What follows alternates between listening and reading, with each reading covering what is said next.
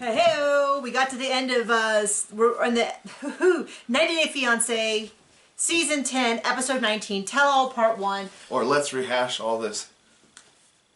Oh, I thought you were going to say more. All this. I didn't want to curse. Oh, okay. I was like, what is he going to say? No, it's where you take all the people who have demonstrated categorically they don't understand what a red flag is, who then get to tell all the other couples how they don't understand what a red flag is. It's kind of my thing. I kind of feel like going, you sit down. You have not earned the right to have an opinion on this.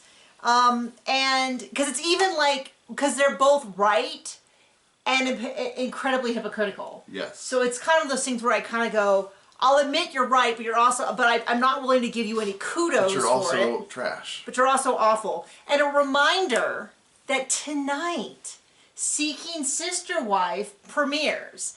If you're on our Patreon, we'll be doing the Watch With Us, which is where we sit here. On most of them. On 3 out of the 4 a month. What are you talking about? Oh, you're not willing to commit to all of them? I have a meeting that was pre-existing. And we will do it afterwards. Oh. I already told him, I'm like, you tell the church that the business board meeting has to end early because he has important things to do at home, which is to sit with me. We watch the episode, so the video is like the whole episode, and then we're in the bottom corner, and we pause it. So it's not a replacement for watching the show, but we pause it and talk about the show as we watch it, which is a great way to get that sensation. Or we don't pause it, and we just talk about the show. Oh yeah, or we just make little snide comments like, have you ever seen Mystery Science Theater 3000? I hated that so much. I can't believe it. I married this man, and I'm just now finding out. How could you hate it? I don't know. Like, I wanted to watch something. I was young, and it's... And then all the shows were terrible. You just wanted to watch... It was for boring adults. Oh my gosh. Well, I wasn't a boring adult. I had mature taste, though. I almost exclusively watched sitcoms. Wow. I still do, I know. I really made it sound like I'm over there watching Citizen Kane. I was watching Family Ties and Family Matters and Growing Pains and Night Court and stuff. Anyway, so this episode kind of bounces around. I didn't do my notes according to couples, so I guess we won't use the title, so I don't have to edit it. That's an exciting little bonus for me. Bonus. But tonight we're gonna watch it with we can't watch it live. We haven't figured out how to do that, but we watch it and then we upload it, and the next morning we give it to the Patreons. But we will still have our recap on YouTube. So if you're a fan, then just watch on YouTube. Like that's totally fine. Thank you so much for joining us. So we get the intro, and we get the sort of the little highlights. To me, it's really clear that I'm going to say Nikki Exotica, Jasmine, Sophie. Is that her last name? That's her like stage name. Sophie and Rob and Jasmine from Gino and Jasmine are all sort of like influencers, more so than they are. What do they influence? I don't know. People to not get married? Through the intro, for love overseas, we get to hear that Nikki they sort of made up, but then they sort of didn't, and right now they're on the outs. Jasmine and Nikki Exotica are definitely... they're butt implant twins. For me, this is really like, oh, here's someone else who's doing the same thing. They're really teasing this like lesbian hookup, and I would not surprise me the least bit if they're going to try to get onto their own spin-off show or something like that. And I tell you what, I will not be watching. I will not be watching. I don't watch any of the like influencer people that try to do, like I'll watch them on TV just fine. But I don't watch, not TV, like on TikTok. But mostly I don't follow any of the like influencer stuff. I do like unless you're like a comedy one. If you do sketches or sort of humorous content, I probably would watch them. That's how Abbott Elementary, Quinta Brunson started. She was on, was it College Humor? I think it was College Humor.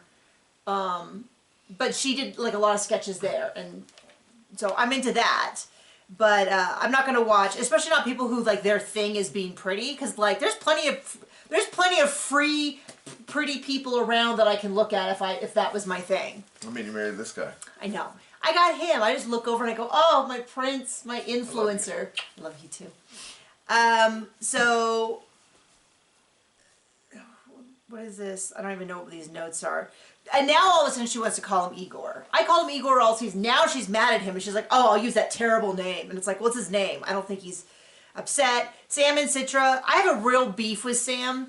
Because everybody else really likes him, but I'm annoyed that he lied to us about the pill stuff. He clearly is lying about that. So that annoys me. And I think the whole, like, I'm converting to be Muslim. I think it was a little like, no, you're not. You don't even seem to know anything about it. You're not really converting. You're just doing the steps to make, but whatever. But overall, objectively, I can say they are probably one of the least, if I had to rank the couples, I think they're the ones that I would. The least offensive? Yeah, like, if in terms of, like, I really can't stand this couple, they're at the bottom by default. The ones, if you're in the same restaurant with, you stand the least chance of getting hit by a stray flying something. Punch, condom, glass, thrown toothbrush, thrown wine. Yeah. And so, which is very much damning with faint praise, as my mother's favorite saying. But yeah, and then I'll tell you, Anali seemed to like Clayton, showed more physical affection for Clayton in any 5-second period than we saw the entire season. Which was odd to me because I was like... they are hamster guinea pig, closet mom. Yes.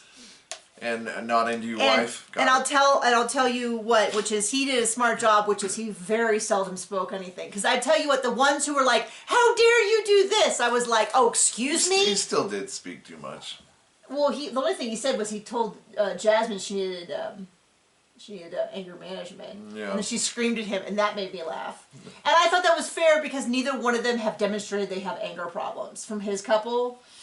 And so, but everybody else being like, okay, anyway, so, and then Devin and Nick, who I would like, okay, if it wasn't for this Piggy thing, because he's talking about how he's still calling her Piggy, we saw in the previews, and there's even more than in the show, is a comment that he made on his Instagram that I saw, which said, the people complaining about me calling her Piggy are probably all fat losers. And I was like, oh, you want to pick a fight with me, buddy boy? Sounds like a nice guy. Like, you have gone from, I'm really frustrated that he doesn't get it, that if your partner says that what you call them hurts their feelings, that's it. I mean, I feel like... From that to being straight up an a-hole? Yeah, to just being like... So anyway, he's at the bottom of the list, and Devin is noticeably much, much thinner. And I don't comment on people's appearance, so I feel like it was kind of weird that people were like, oh, she looks amazing, this and that, because I kind of thought she looked, I think she looks as beautiful as she did before. Her body's just in a little different shape. But they're trying to kind of play it off as, well, she was drinking a lot during the show, and it's like, you don't... That's a great sign. Yeah. Somebody who's totally ready to get married and have a healthy, productive relationship. Yeah, but it might have been health problems with, with drinking. Well, so anyway, but him being like, yeah, I still call her Piggy, and she said repeatedly that it bothers her, and her family said that it bothers her, but I just don't care. To me, I just go, oh, well, that's a deal breaker for me. Because we have things in our own, I feel like any healthy relationship has a few things where you go, oh, this is like extra sensitive to them. And so I'm not going to do it. Like one of mine is about talking. Like when people tell me they don't want to hear me talk or to shut up, or, I mean, I think shut up is kind of universal. I can't imagine anyone who would be like, oh, my husband told me to shut up and I was totally fine with it, because that's not at all weird. But I'm really extra sensitive because I talk a lot. That is just how I do a lot of my communication. And I, of course, have anybody who talked even a reasonable amount has stuff about, being a kid and people telling them they talk too much and it being really hurtful and stuff like that. I never really got that. From what? Oh, yeah. John didn't get that. But John doesn't communicate using speech. He sometimes thinks it and then is baffled when you don't understand. I will ask him direct questions and sometimes he will not respond. And then later on, he'll explain how he was feeling and why what I did frustrated him. And I was like, if you had used words to express that in the moment, I would have changed my behavior because I didn't know. Yeah, but those weren't the words I would have expressed at the moment. So it's better for me to shut up. And sometimes I feel like you have a small hamster up there running on a wheel, and it took you 2 hours to figure out what words. It's a cockroach. I believe that. So, So we get into all that. So I don't like Devin. Then Sean comes out. They ask about how Nikki and Igor are doing, and Jasmine answers for her. And I'm like, well, that's already a bad sign. Ashley reads tarot cards and basically says stuff's going to come out, and some people are going to be unhappy. Wow, really, really. What anyone who's ever watched an episode of the show would tell you would happen at this episode. They explained that Clayton and Anali have moved to Oklahoma with the mom, though. Not great. I wonder if she's still in a closet. Do you think she upgraded to like a bathroom? I think that's probably what happened. They probably moved someplace cheaper. Sam and Citra announced that she is pregnant, and I have to and I had such a ugh. But then I was like, why? They're objectively not as bad as the rest of these couples. But I think it annoys me because well, first of all, it annoys me that he not as bad. Didn't fill out his paperwork. But I've heard people theorize that the reason he didn't fill out his paperwork is because he wasn't clean, and if he filled out the paperwork, they would drug test him, and then he would get in trouble for not testing clean. And so then he had kind of no choice but to roll the dice. I don't know if that's the case, but that annoys me, and I don't know why that annoys me so much. So then we get into Rob and Sophie. They've moved to Austin, Texas, which is kind of I guess with a bathroom? Yes, with a bathroom. They specifically asked that. And which was kind of surprised me just because Austin is also expensive. But I guess I haven't compared Austin. I know people who live in Austin who really struggles, but maybe they live farther out. I don't know. It was just kind of a surprise because they're like, it's not as expensive. We could get a better place. And I thought, really? You could get a better place? But maybe someone from Austin and or Los Angeles can explain. Because I thought there was parts of Los Angeles that were cheaper. East LA here is not that expensive. Well, the whole premise was that he wasn't living in a particularly great area either, right? Right. So then they discuss his online cheating. And Igor is over there in the corner in his little TV screen. And Nikki is pretending she can't see him. She is fuming. She is so mad. And he's in a great mood. And my guess, based on dynamics that I've seen before, is that she always comes around. So he just jokes and laughs and teases, and she eventually stops being angry, and they get back together. Because I thought it was just because he lost all the dead weight. I mean, it could be, but my... And I don't mean that. I mean, they were both that in the relationship. Well, the thing was, I felt like he was being... Him and his sex friends and her are crazy. Yeah, she was a lot. And it was like also, I mean, it was clear that he just wasn't into her sexually. No. Get out. But his happy-go-lucky, and I'm not saying happy-go-lucky, and I'm not trying to make it sound like that's a positive in this situation. It was just so odd because he was completely unbothered by her anger. But that's also why they kind of stayed together a long period of time, because she'd blow up, be super dramatic, scream, yell, cry, and he'd just be like, "What's wrong, honey? It's no big deal. I just don't want to have sex with you and want to have sex with other women, but I don't understand why you're making a big deal out of it." But anyway, he's like, "Hey, it's no big deal. You can hook up with chicks online because they're not really there. What are you supposed to do? Just not have sex? Ha! What a dumb idea."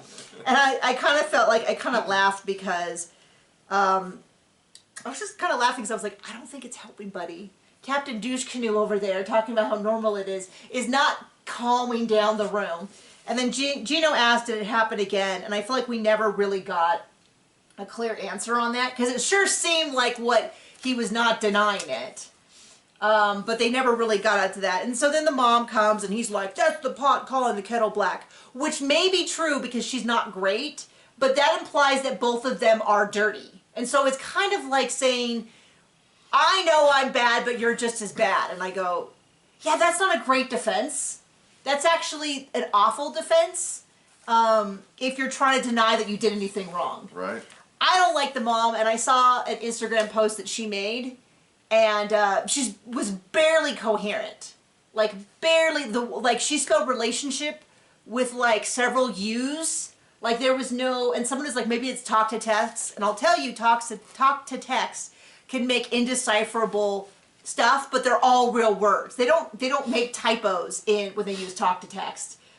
It'll just have all completely fuzz in your head, completely wrong words. But it wasn't making her look like a genius. And the way I'm not crazy about the mom, but she's also not wrong about the fact that, and there was a lot of confusion because, you know, I've been saying if she knew he didn't have this place, didn't have a bathroom, and she's visited it before, then when she shows up, she can't act like she was wronged when she knew. But then she was saying that he had promised that he would make changes before she arrived. But he was saying, you were with me every step of the way and you knew this, so you can't be mad. And I don't know what the truth is on that, because that is really a he said, she said situation of, you know, like, yeah, the job economy is really difficult, and so is housing. But then another part of me goes, oh, but if he told her he would get it done and didn't, that's breaking his word. But if she knew and then is being unreasonable because she shows up and it's exactly what he communicated, same thing. It's kind of the same problem with Ashley and Manuel. Because it's kind of like, I don't, as someone who does talk a lot, with a guy who doesn't talk a lot, it still shocks me how much people don't talk about basic stuff. Because by the time we got engaged, we could have gotten married that day because we'd had all the big conversations. You know, like we had had conversations. I didn't know I was going to be infertile, but I had enough. I had a couple family members who struggled with it, and I had a couple of friends. So I knew. So before we even got married, I was like, hey, what if we can't have children? And we talked through all the different options, what we were comfortable with, what we weren't, all that kind of stuff. And then years later, when we did struggle with infertility, it was like, oh, not great. Not going to say it's our most favorite time, but we didn't really have any struggles with each other with infertility. Right. Because we always knew it was an option and we'd already kind of discussed things through. So it's wild to me when people are like, oh, they moved to another country and they don't talk about stuff. Because I'm like, then what were you doing? Like, we had discussions about money and kids and family and you know, if we move, where would we move? And if we change jobs, what kind of jobs? And what are our priorities and all that? And we did go to marriage counseling, which was not particularly helpful.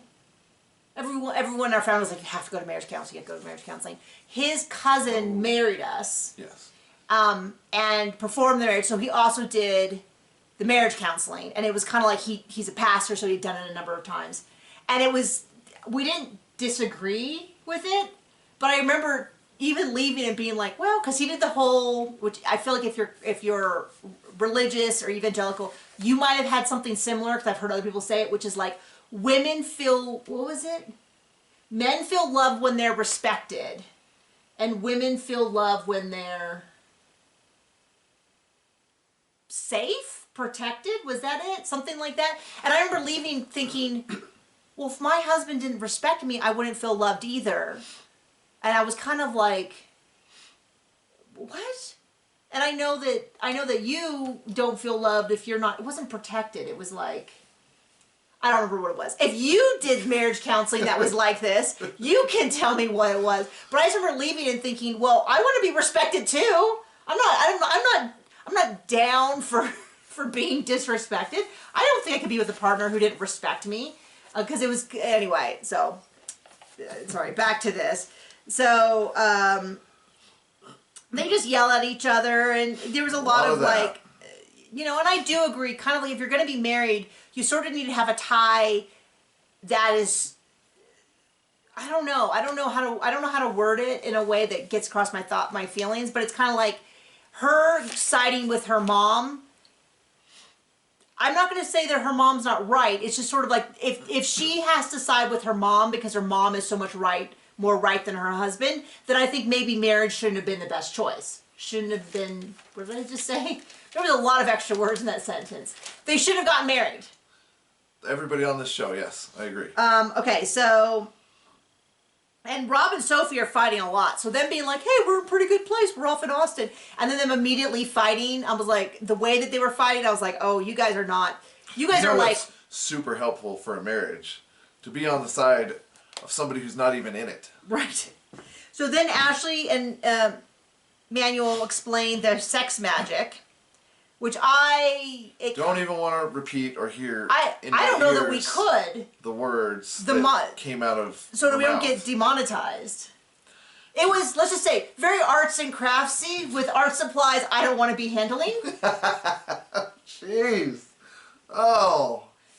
We warned you. If you go back and watch the show after this, we warned you. Yeah, and then they do the sex in the bathroom thing, which I couldn't stomach again. Oh, it just seems so unsanitary. Well, I know.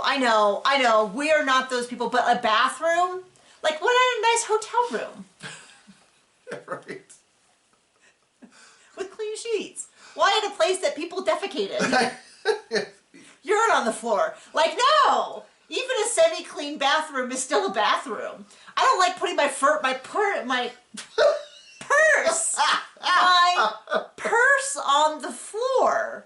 I don't know what you thought I was going to say. I didn't know what was going to come out of your mouth, but it kept sounding like it was going to be worse. I don't want to put my handbag on the floor.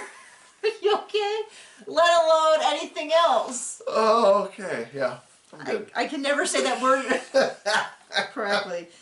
So then mom and sister come out, and mom is the best person on the show in terms of her saying stuff like, why didn't you talk about this instead of just always having sex? You know what would have been more helpful is just not saying anything, because what's done is done. I know, but she was not raw. I mean, Sophie's she mom. had a brain that she thought with and used, but maybe it wasn't the right time to use the mouth. Because there's both. I have two thoughts on it, which is one, of course he can't abandon his family, but then Ashley's like, well, how was I supposed to know? I don't have kids. Well, I don't know this. How about the first time he said he needed to spend money down to his family? You go, oh. Well, we need to talk about this. What is this money used for? What are your obligations? How often? I still get the vibe. Could you have told me this a month ago? My vibe from him is like, I'm in it for a good time, not a long time. Like, it definitely feels like he's up here playing America, getting some 90 Day Fiancé TV money, building up his social media stuff, having some fun in America, maybe working some deals with his cousins that live kind of in the area. But then he's going to kind of bail and go back home. I don't really know. He's got like big playboy energy of like, I'm just doing stuff. He does not have big settled in husband energy. So, but mom's kind of like, instead of continuing to just have sex every time you have a conversation, why don't you finish the conversation? That might be helpful. And then mom shares that she has also given some money.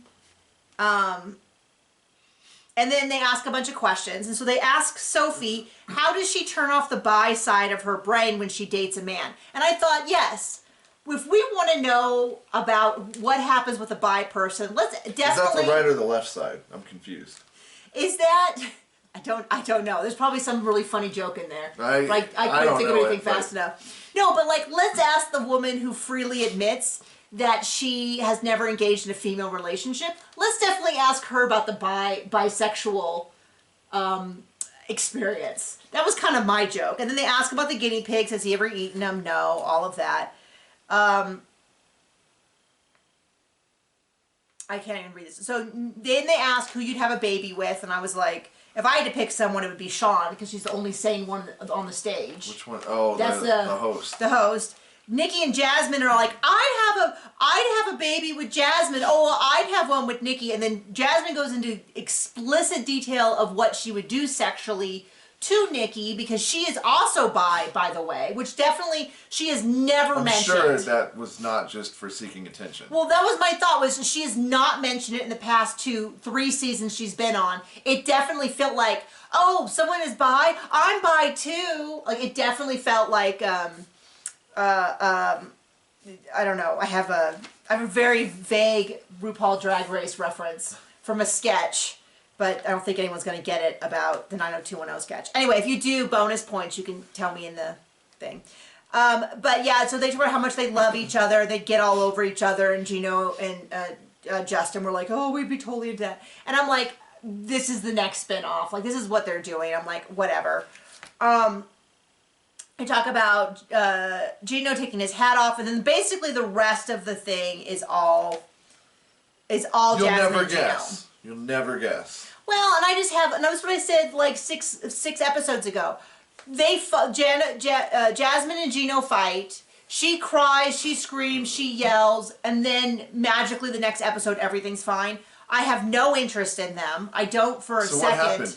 She found another lip gloss in his pocket. So then they talked about they talk about how she used all of her money to go and for butt implants, and everyone seems really cool with it. And I'm like, okay.